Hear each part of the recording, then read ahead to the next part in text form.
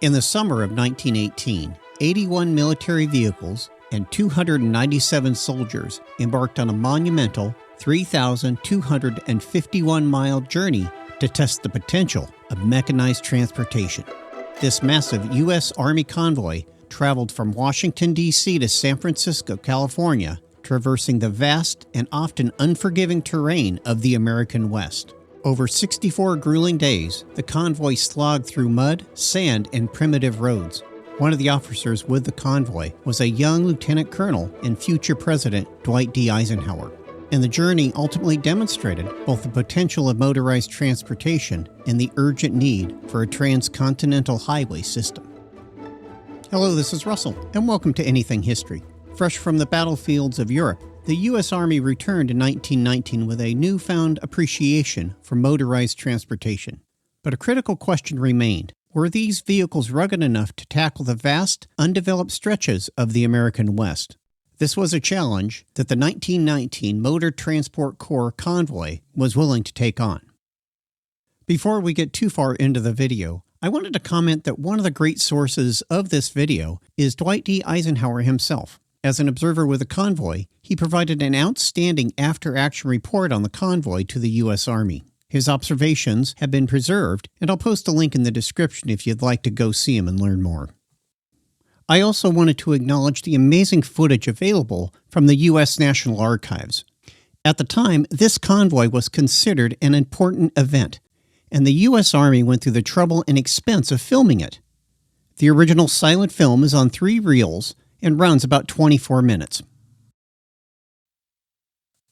The United States Army's Motor Transport Corps described the transcontinental convoy as a sort of truck train.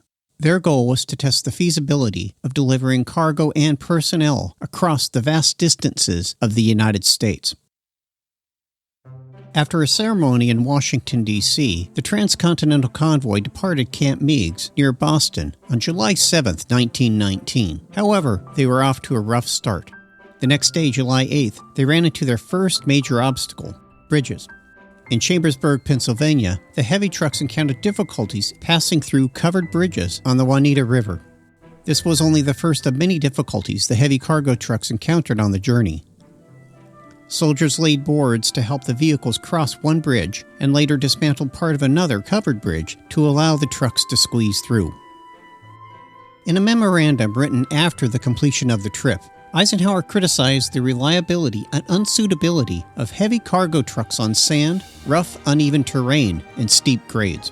This, combined with inexperienced crews, led to a lot of difficulties, even at the start of the trip, where the roads were good. This transcontinental motor convoy was a real test for the U.S. Army. They had outlined 4 goals they had wanted to accomplish: to encourage the construction of through routes and transcontinental highways, to procure recruits for the Motor Transport Corps, to exhibit the military motor vehicles at the nation's disposal, and to observe the terrain and standard Army vehicles' performance.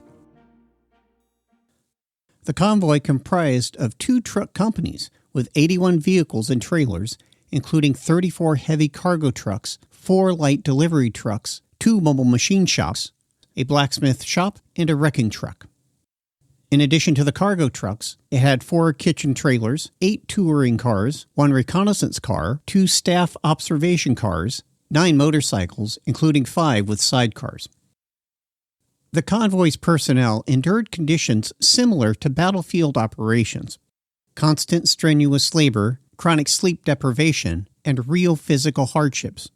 With inadequate shelter, inconsistent rations, limited potable water, and a hostile environment, they relied upon their military training and discipline to persevere and succeed. As the convoy crossed into Nebraska and Wyoming, it was here the real challenge began. The nice roads gave way to dirt, sand, and mud, and it was a real struggle from here on out. As the roads turned bad, an unsung hero emerged from the journey, a Miltor artillery tractor. The little tractor was loaded on the back of one of the cargo trucks, and time again it was called upon to pull vehicles out of the mud, sand pits, and up hills. Eisenhower wrote that the tractor did wonderful work, and at one point came into camp at night towing 4 trucks at once. On the road, the convoy would use scouts on motorcycles to ride ahead and reconnoiter the roads and identify any problems. An engineering unit would then be deployed to work on making the roads, bridges, culverts passable. During the later part of the trip, an engineering truck was kept 24 hours ahead of the convoy to perform this type of work, which helped avoid any unnecessary delays. On August 11th, the convoy crossed the Continental Divide at an elevation of 8,020 feet. At Echo Canyon near Evanston, Wyoming, the convoy began their descent into Utah. They had to traverse a rough road, which in truth was little more than a trail, with dangerous turns, deep ruts, and steep cliffs. On August 20th, 1919, they reached the dry deserts of western Utah, although that did not make the going much easier. Crossing from Orr's Ranch in Utah to Carson City, Nevada, Eisenhower called it almost impassable. The road is one succession of dust, ruts, pits, and holes. On September 1st, the convoy began another grueling ascent, this time into the Sierra Nevada. The route climbed to 7,630 feet along a narrow winding road of sand, broken stone, cut into, and in places built up along the mountainside. The 14-mile climb took 6 hours, with grades between 18 and 14%. Amazingly, they crossed the Sierra Nevadas without a single accident. As the convoy descended into Placerville, California, they passed alongside the eastern shore of Lake Tahoe and down to what they described as California's perfect roads. Arriving at Oakland, California on September 6, 1919, the convoy was loaded onto ferry boats for the trip across San Francisco Bay. After 64 days of travel, the convoy finally reached San Francisco, where a well-earned parade was celebrated at the end of their long journey.